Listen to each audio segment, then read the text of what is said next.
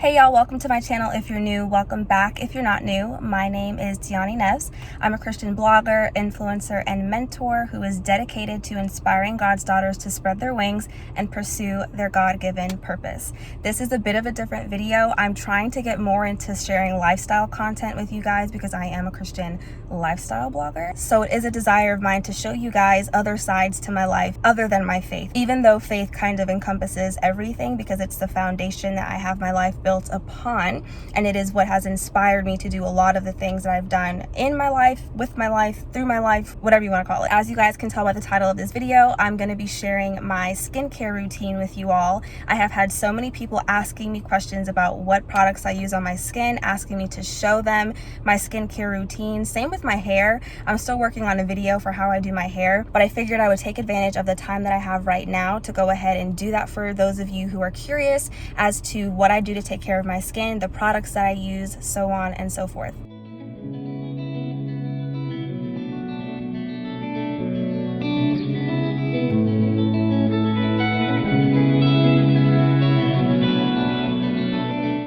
Yes, I'm in the car, and yes, I brought my skincare products with me in the car.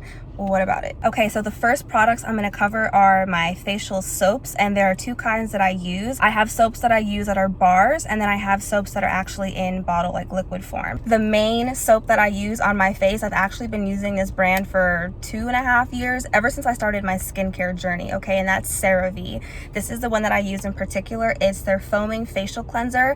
I've used another one, but I can't remember, but for the longest I've been using this one. This one is for oil control. It cleanses and removes oil without disrupting the protective skin barrier. This is basic. It doesn't have any scent. I personally don't believe that you need anything super extensive or fancy for your skin, but that also depends on the skin that you have because everyone is different. But this is good old faithful. Like, I'm probably never switching to another brand. I'm not opposed to trying other brands, but this has done me so well, I don't really feel the need to, if I'm being honest. Now, the bar soap that I use actually varies between two different types. The first bar soap I ever started using on my face was a turmeric bar that I got from this website.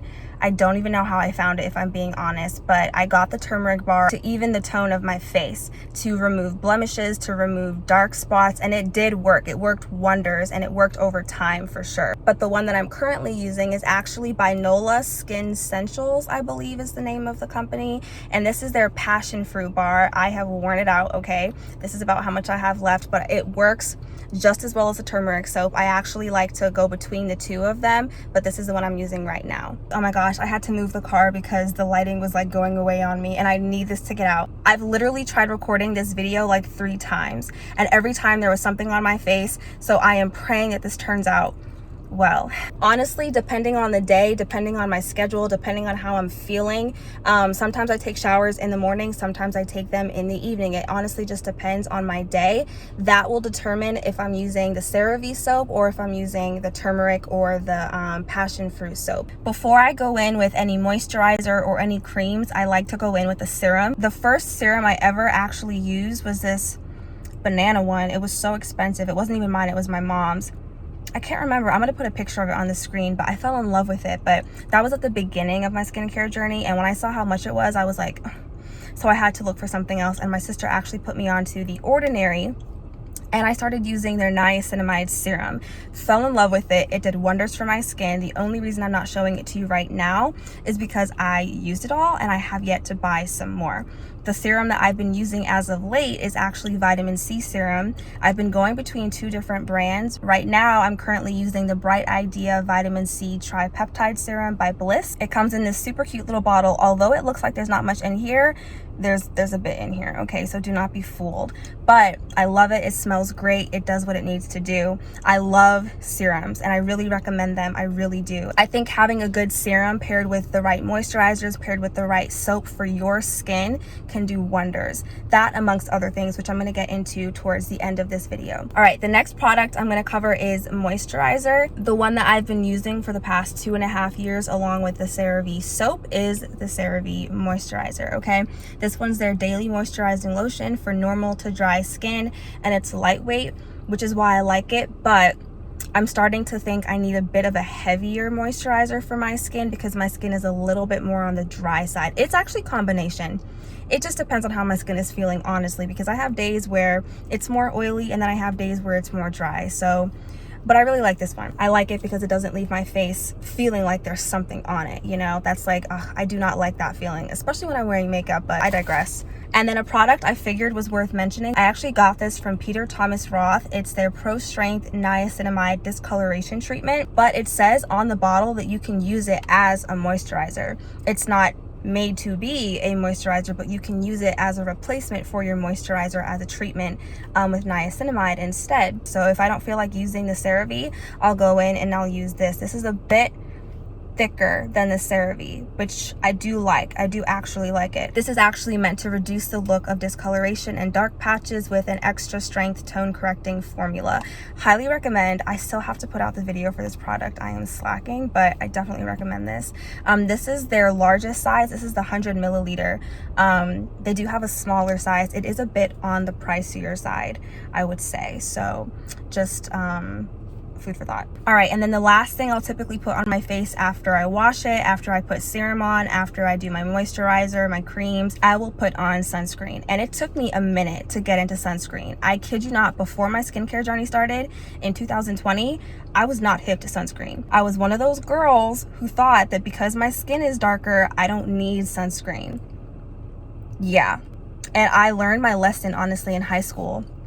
I used to play tennis, and I remember we had a tournament one day and I was in the sun all day. My back was exposed and I didn't put on a lick of sunscreen, and I broke out in such a bad rash, and then I had a huge problem with back knee. Not anymore because now I know what I'm doing, but back then, oh my gosh, like it was a problem for a minute, for a few years, honestly. Anyways, the sunscreen I've been using for years is Neutrogena's Age Shield Face Lotion. I'm using SPF 70. I honestly don't know too much about SPF. So if it's not the right SPF, I don't know what to tell you, because it's definitely doing its job. It's changed my skin.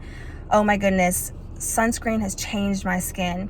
Just, like I had no idea how detrimental exposure to the sun really could be before I started doing research and taking better care of my own skin and, you know, just educating myself. Honestly, it does not leave like a white residue on your face unless you put too much. And I know some people may say, oh, there's no such thing as too much sunscreen. Well, if it leaves a residue on your face, then yeah. And sometimes I do put too much, but I found that if I put my moisturizer on and I don't let it dry completely, and then I put this on, I can rub it in together. And that typically helps with the residue issue. But yeah, those are all of the products that I use on my face, give or take, because some of them I didn't have on hand, some of them I did. All of the products that I listed or mentioned, I'm going to be putting in the description box for you all to check out on your own time. Of course, not everything is going to work for everybody because everyone's skin is different. There are some things that I want to mention that played a huge role in my skincare journey. And I know a lot of people roll their eyes when people mention how important it is to drink water, but I kid you not, water played a huge role in changing my skin. But it wasn't just water. There were a lot of things I had to cut out that I didn't realize were causing me such issues with my skin. And two of those main things are sugar and dairy. Mainly dairy. I dibble and dabble here and there, but God has really been convicting me. Like, he seriously wants me to cut out dairy, and I have been so good so far, but I'm on vacation with family and it's difficult. It's a little bit difficult, but I'm trying, okay? But cutting out dairy changed my skin. Like, even the issues that I had after starting my skincare journey that I still had as I was eating and intaking dairy, cutting dairy out changed that. You will be surprised at just how much changing your diet will change your overall health and affect your overall health, not just physically, but how you feel emotionally and mentally as well. There were a lot of foods that I used to love indulging in that I just can't anymore. And now that I'm more accustomed to not having them, it's not so hard. So I would consider looking into the things that you're eating, looking into the things that you're putting into your body, because if you're putting garbage into your body, then your skin is going to exude that, you know, and it's also going to show in your mental health as well. I noticed that for sure, but we are not going to get into that. Another thing I want to mention is there's a body wash. Oh my gosh, I forgot about this, but I know that's not necessarily skincare for like face, but when I was clearing my back knee, it happened unintentionally. My mom so happened to have this soap by Dr. Teal's in her bathroom one day, and I started using it and I liked the smell, so I got my own, and I just started using Dr. Teal's from that day forward. And it was only up until maybe last year, like late last year, when I was going through my pictures trying to write a blog for my skincare journey, that I realized how bad my back used to be and my chest. Okay, I had really bad like pigmentation on my back and my chest, and I had no idea how much it had cleared because I wasn't really paying attention to it. So when I was looking at these pictures, I was like, oh my gosh, what have I been using? And it was a Dr. Teal soap. So I'm gonna put a picture of that somewhere over here for y'all to look at and link it in the description box below. I really recommend that soap. I've been using it and it works great. But something else worth mentioning is also, what are your habits when it comes to bathing your body if you're dealing with bodily acne? You know what I mean? I used to play sports and I was sweating all day. So granted, yes, I would go and I would take a shower, I would go take a bath, but I didn't take into account what I was using to actually clean my body. The soaps that I used to use back in the day, like Bath and Body Works, like No Shade, No Tea, they weren't doing anything for me. They just smelled good. You know what I mean? So I needed to start using things that actually helped my skin and worked as, you know, medicine for my skin. And then something else that I started paying more attention to was simply changing out like my loofahs. And I don't use loofahs anymore. I use like these, well, now I use African rags. Apparently they're really good for your skin. They hold a lot less bacteria, but I would just buy one of those scrubby cloths, not a washcloth, like a towel cloth. I never felt clean washing myself with those. No offense if you do use those, to each their own, but I like something that, you know, scrubs my skin so I can feel clean, so I can feel, you know, like I've done something in the shower or the bathtub, whatever. But even those hold a lot more bacteria. So just keeping stuff like that in mind plays a huge role in your body and your appearance and all that jazz, right? So these are all different things that I learned over the past few years as I was just learning and growing more accustomed to my skin and what I needed to do to take better care of my skin for myself.